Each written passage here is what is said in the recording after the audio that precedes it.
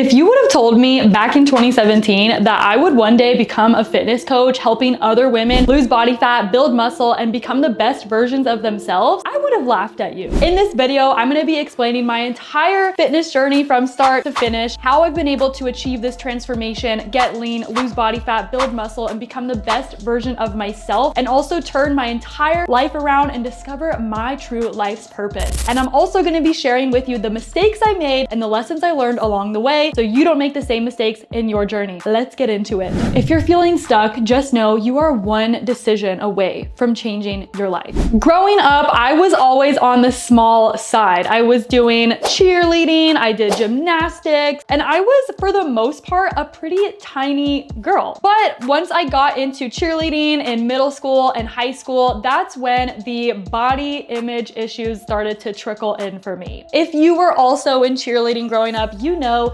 girls can be mean. And I was always wanting to be the flyer, and the flyers were always the skinniest, tiniest, lightest girls. And I remember I actually was a flyer for one stunt, but one day in cheer practice, this other girl on my team came up to me and she was like, "I'm surprised you're a flyer because your thighs are just, they're so big." That comment has stuck to me till this day. I think I was probably around like 13 or 14 at the time. And that's when my unhealthy relationship with my body and exercise began. In like freshman year, sophomore year of high school, I remember looking up 1,000-calorie workouts, and I was trying to burn 1,000 calories in my room after school. I would look up things like thigh gap workout, and I would contort my body and stare at myself in the mirror to try and give myself a thigh gap. I wanted a thigh gap so badly. Then I started to develop this really unhealthy relationship with food and the scale. I remember in PE in freshman year, I stepped on the scale because we had to weigh ourselves for the class, and I was 97 pounds, and I started crying because I was almost 100 pounds and I thought I was so fat. This was how unhealthy my mindset was back then. I would skip meals and I wouldn't eat as much because I wanted to get as skinny as possible. And even though I was very tiny, I still was not feeling confident in my body. As the years went on, I kind of became a little bit obsessive with a fitness journey and tracking macros. The first time I actually attempted tracking macros was when I was 15. I didn't actually do it correctly and I didn't stick to it, so I don't really count that as my tracking macros journey, but I did attempt to use MyFitnessPal, and I was trying to go to the gym when I was like 15 or 16 years old, but it wasn't coming from a good intention. It was coming from me wanting to be smaller and smaller and wanting to lose more weight.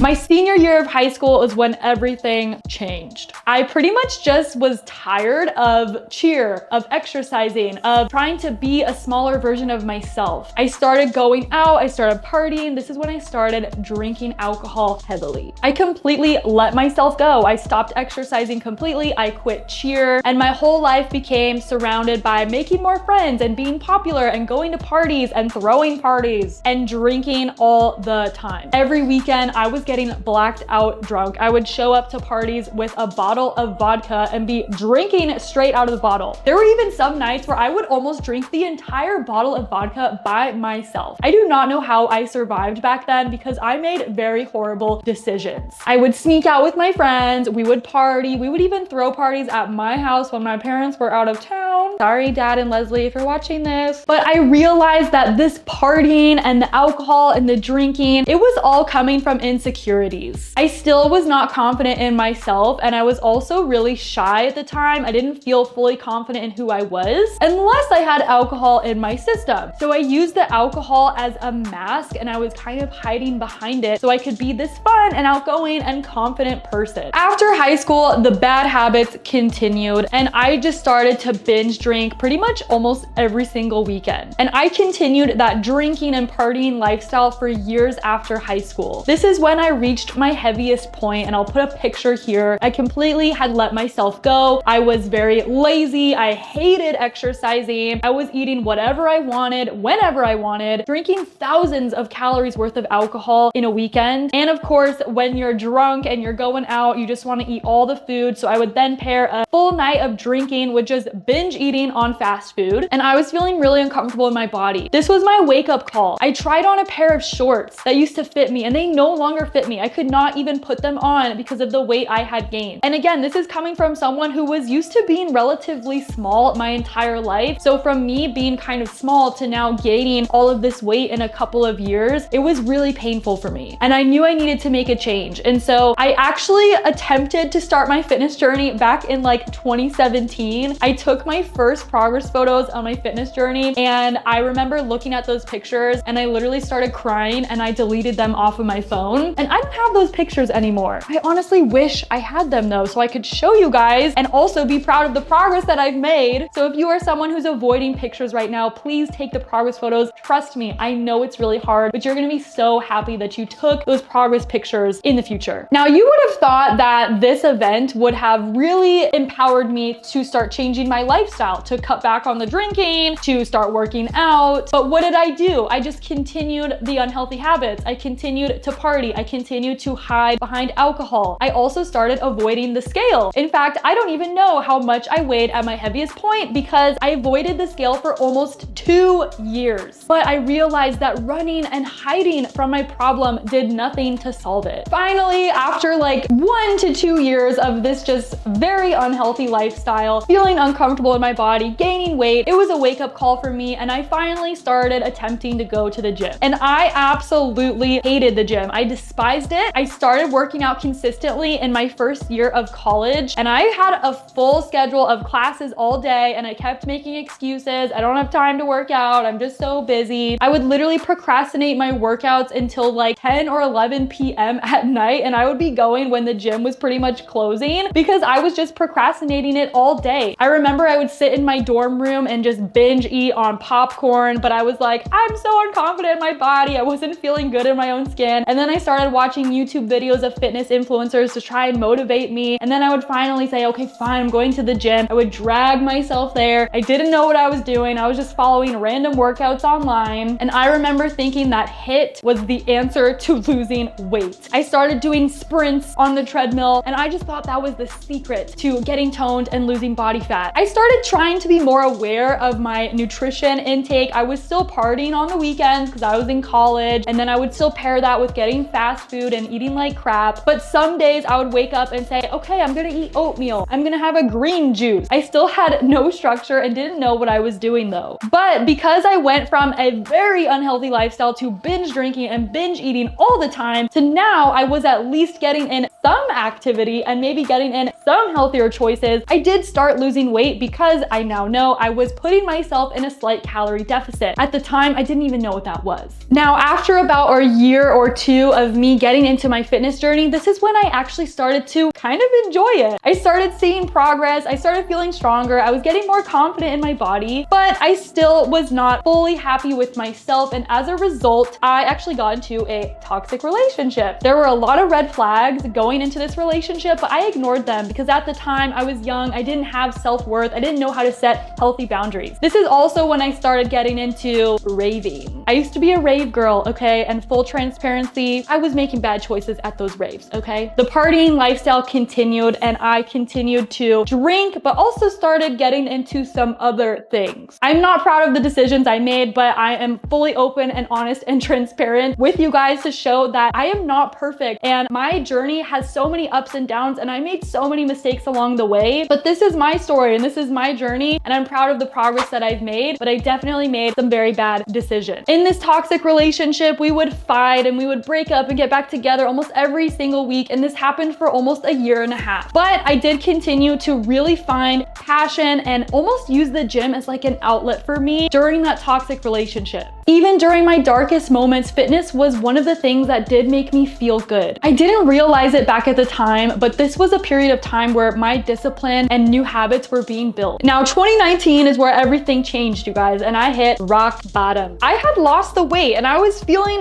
pretty confident in my body because again, this is after like 2 years of me being on my fitness journey. I still wasn't where I wanted to be, but I had made pretty good progress. But everything changed for me because I broke up with my ex. We got into a huge huge fight. I had to move all the way back home to Arizona and live with my parents again. This was after I had graduated college. I had just gotten my bachelor's degree, and here I am moving back in with my parents, working at a restaurant in my hometown. I felt like I had to start all over. I felt like a complete loser. It was a huge slap in the face for me, and I had 6 months of time where I was just depressed. I would cry myself to sleep. I would cry when I woke up in the morning, but at the same time, me hitting rock bottom forced me to really think about what I wanted to do with my life. I started thinking of new visions that I wanted to do. I started thinking of dreams and goals I wanted to accomplish. This is when I really got into journaling and listening to motivational videos and just really doing the deep inner work that I had avoided for so many years. But fitness honestly became a huge passion for me at this time, and I was finally in a consistent lifestyle where I enjoyed going to the gym. In 2020, I started going to nail school. Surprisingly, this was a career that I wanted to do before I became a coach. And after I had lost the weight, I was so